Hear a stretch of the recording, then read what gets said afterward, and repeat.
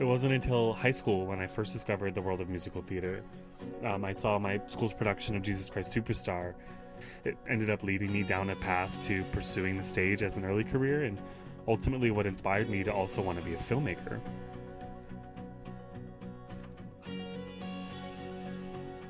The very first production I was in was Thoroughly Modern Millie, a musical that reminded me of those old Hollywood movie musicals I used to watch as a kid. The theater ended up becoming a place that I learned to love myself for who I am. It was the first place that I felt the freedom to be as openly free and expressive as I wanted without fear of judgment or rejection. I still remember my first Broadway show. It was in the Heights, and I took a trip to New York City, and the show completely changed me because my idea of what Broadway was supposed to be was clouded by the movies I grew up on. So now here I was seeing Latin American actors singing and dancing, not only to Broadway music and being on Broadway, but to Latin American music. It completely changed my idea of what theater was.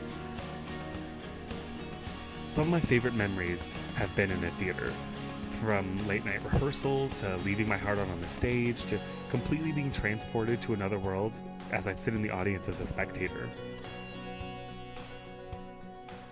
I really can't wait for the next time I get to be in a theater, sitting in those red chairs waiting for the curtain to come up.